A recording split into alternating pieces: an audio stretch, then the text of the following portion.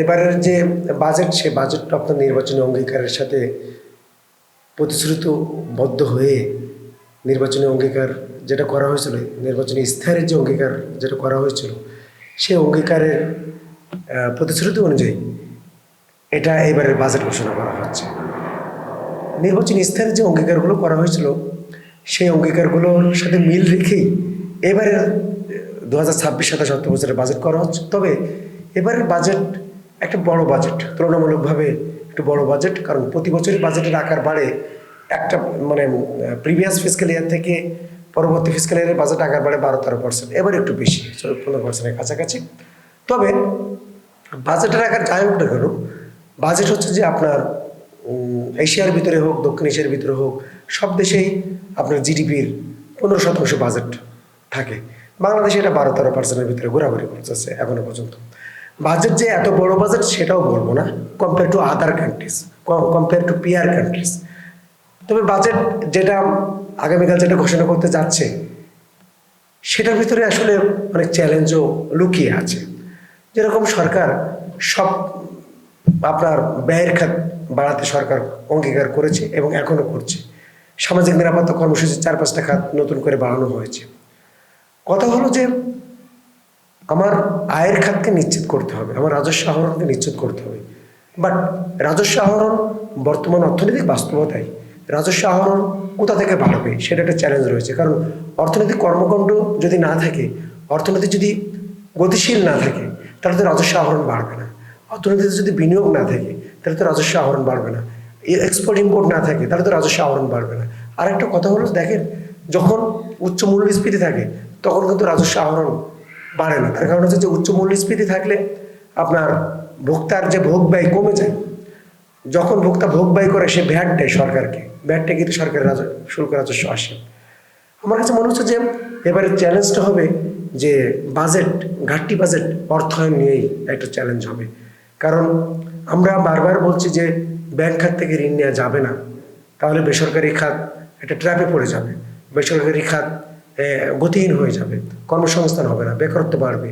কিন্তু কেন জানি বারবার এই ব্যাংক খাত থেকেই, ব্যাংকের উপরেই ঋণের উপরে নির্ভর করে। এবং আমাদের যে উন্নয়ন সহযোগীরা আছে, কিছু কিছু উন্নয়ন সহযোগীদের সাথে আমাদের কথাবার্তা চলছে। আমার কাছে মনে হচ্ছে যে এবারের যে বাজেট ফাইন্যান্সিং, এবারের বাজেট নিয়ে আমার কাছে যে চ্যালেঞ্জটা মনে হচ্ছে, সেটা হচ্ছে যেভাবে আয় বাড়ানো হচ্ছে, ব্যয় বাড়ানো হচ্ছে, সেভাবে আয় বাড়বে কিনা। এবং বর্তমান অর্থনৈতিক বাস্তবতা, রাজস্ব আহরণ অনেক চ্যালেঞ্জ হয়ে দাঁড়াবে। দ্বিতীয় নম্বর কথা, বাজেট ফাইন্যান্সিং যেটা ডেফিসিট বাজেট ফাইন্যান্সিং, বাজেট ঘাটতি কীভাবে অর্থায়ন করা হবে, এটা কি বৈদেশিক উৎস থেকে না দেশীয় অভ্যন্তরীণ উৎস থেকে, এটা একটা বড় চ্যালেঞ্জ। কারণ এই মুহূর্তে যদি আমি দেশীয় উৎস থেকে যদি আমি ঋণ নিই, তাহলে তো আমার স্থবির অর্থনীতি আরও স্থবির হয়ে যাবে। আরেকটা বিষয় হলো যে সাধারণ মানুষকে স্বস্তি দেওয়ার জন্য এবারের বাজেট, আমরা বারবার বলছি, কিন্তু আপনার আমাদের পলিসি কনফ্লিক্ট রয়েছে, দেয়ার যে পলিসি কনফ্লিক্ট। কারণ আমি সাধারণ মানুষকে স্বস্তি দেওয়ার জন্য আমি সামাজিক নিরাপত্তা কর্মসূচির আওতা বাড়াচ্ছি, খাত বাড়াচ্ছি, কিন্তু একদিকে আমি তেলের দাম, জ্বালানি তেলের দাম 1 মাসে 2বার বাড়িয়েছি, আরেকদিকে আমি বিদ্যুতের দাম বাড়াচ্ছি। সুতরাং আপনার এই যে বিদ্যুৎ জ্বালানির দাম বাড়ানো হলো, এটা তো এর প্রভাব তো আপনার সব জায়গায় পড়বে এবং এটা মূল্যস্ফীতিকে আরও উস্কে দেবে। সুতরাং সরকার বলছে মূল্যস্ফীতি আমরা 7.5%-এর ভিতরে আমরা নামিয়ে আনবো, কিন্তু বর্তমান বাস্তবতায় যেটা বলছে, সরকারের যে পলিসি ভিতরে যে সাংঘর্ষিক, এই সাংঘর্ষিক পলিসি নিয়ে আপনার মূল্যস্ফীতি কমার সম্ভাবনা আমি দেখছি না। এবং জনগণ যে স্বস্তি পাবে সেটাও আমি আশা করতে পারছি না। তার কারণ হচ্ছে যে আপনাকে পলিসি কনফ্লিক্ট থাকলে আপনার জনগণের যে প্রত্যাশা, সেই প্রত্যাশা পূরণ হয় না। আরেকটা বিষয় হলো যে এবারের বাজেটে আমরা দিচ্ছি 9 লাখ কোটি টাকার উপরে আমরা বাজেট দিচ্ছি, কিন্তু আমাদের এবার আরেকটা চ্যালেঞ্জ হচ্ছে, এবং প্রতি বছর এই চ্যালেঞ্জ রয়েছে, বাজেট বাস্তবায়নের হার। আমি বাজেট বাস্তবায়ন করার জন্য যে আমার যে স্বচ্ছতা দরকার, সেই স্বচ্ছতা আমি নিশ্চিত করতে পারবো কিনা। বাজেট বাস্তবায়ন করার জন্য আপনার ক্যাপাসিটি দরকার, সেই ক্যাপাসিটি গ্রো করতে পারছি কিনা। কারণ বাংলাদেশে বাজেট বাস্তবায়নের হার খুবই কম, এবং বাজেটের বেশিরভাগ টাকাই আমার কাছে মনে হচ্ছে যে এটা অপাত্রে চলে যায়। কারণ প্রতিটা অর্থ বছরের শেষ 3 মাসে খুব তড়িঘড়ি করেও মন্ত্রণালয় কিন্তু সমস্ত কিছু পাশ করে দেয়। আমার কাছে মনে হচ্ছে যে বাজেটটা এমন ভাবে বাস্তবায়ন করা উচিত যাতে করে জনগণের প্রত্যাশা পূরণ হয়, জনগণের আকাঙ্ক্ষা পূরণ হয়, নতুন সরকারের কাছে যে প্রত্যাশা ছিল সেই প্রত্যাশা যাতে পূরণ হয়। আরেকটা কথা বলবো, এবারে যে বাংলাদেশের যে ব্যাংকিং খাত রয়েছে, অনেকগুলো রুগ্ন ব্যাংক আছে বাংলাদেশে, অর্ধেকের মতন ব্যাংক আপনার ক্যাপিটাল শর্টফলে রয়েছে।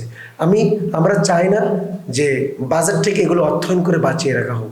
আমরা চাই না যে সরকার উচিত হবে না ট্যাক্স পেয়ারদের মানি দিয়ে ব্যাংকগুলো বাঁচিয়ে রাখা হোক।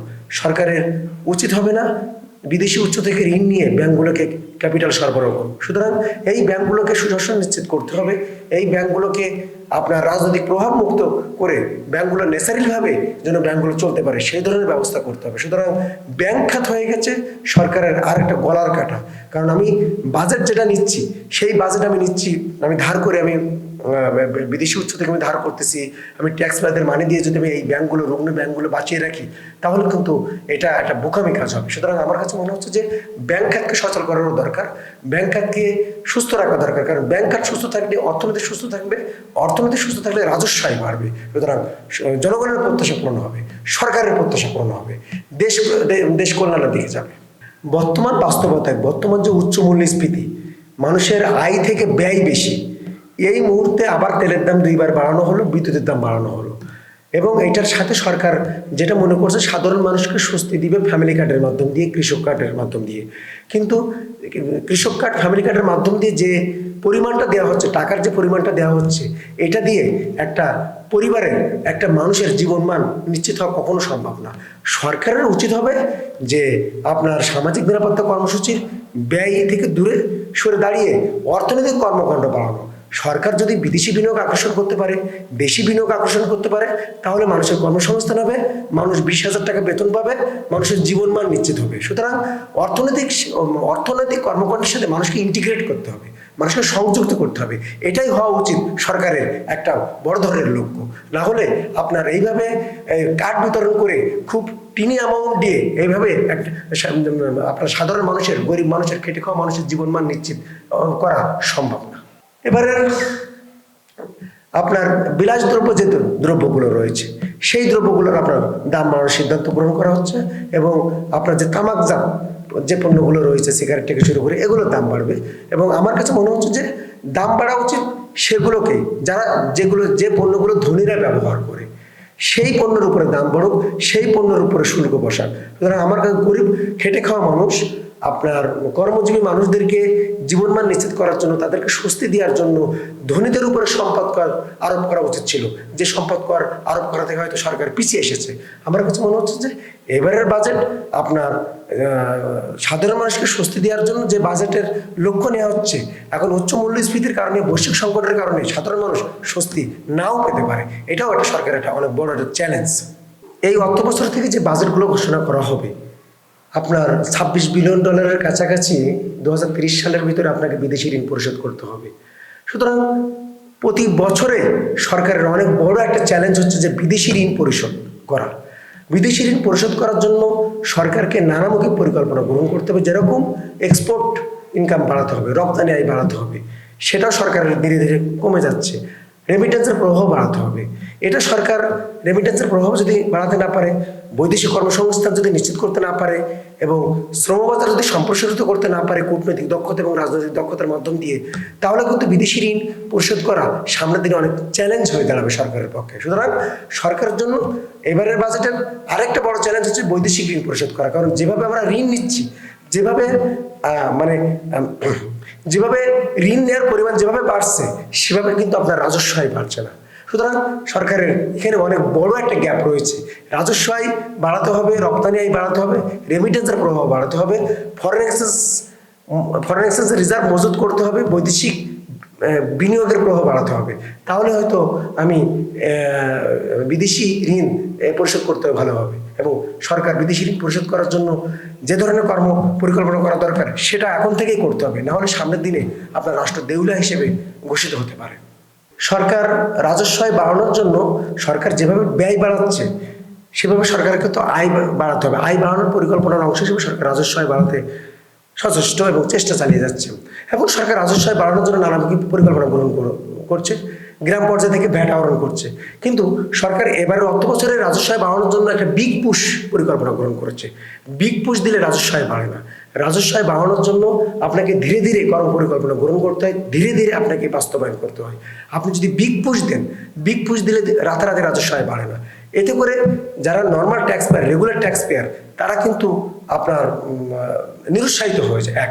দ্বিতীয় নম্বর কথা হলো যে দেখেন যে খেটে খাওয়া কর্মজীবী মানুষ যে সমস্ত কাজের সাথে জড়িত, সেখানে আপনার ট্যাক্স না বসানোই এটা সময়ের দাবি। তার কারণ হচ্ছে যে উচ্চ মূল্যস্ফীতির ভিতরে এই মুহূর্তে সাধারণ মানুষকে আমরা স্বস্তি দিতে পারছি না, বাজারে আগুন ধরে যায়, প্রত্যেকটা পণ্যের দাম অনেক বেশি। এতে করে এই এই মুহূর্তে এই সিচুয়েশনে সাধারণ মানুষকে স্বস্তি দেওয়ার জন্য কর্মজীবী মানুষ এবং খেটে খাওয়া মানুষ, প্রান্তিক মানুষ, যে সমস্ত যানবাহনের সাথে জড়িত, যে সমস্ত যানবাহনের উপরে তার নির্ভর করে জীবিকা নির্বাহ করছে, পরিবার চালাচ্ছে, সেই সমস্ত যানবাহনের উপরে এই মুহূর্তে এখন কর না আরোপ করা এটা সময়ের দাবি।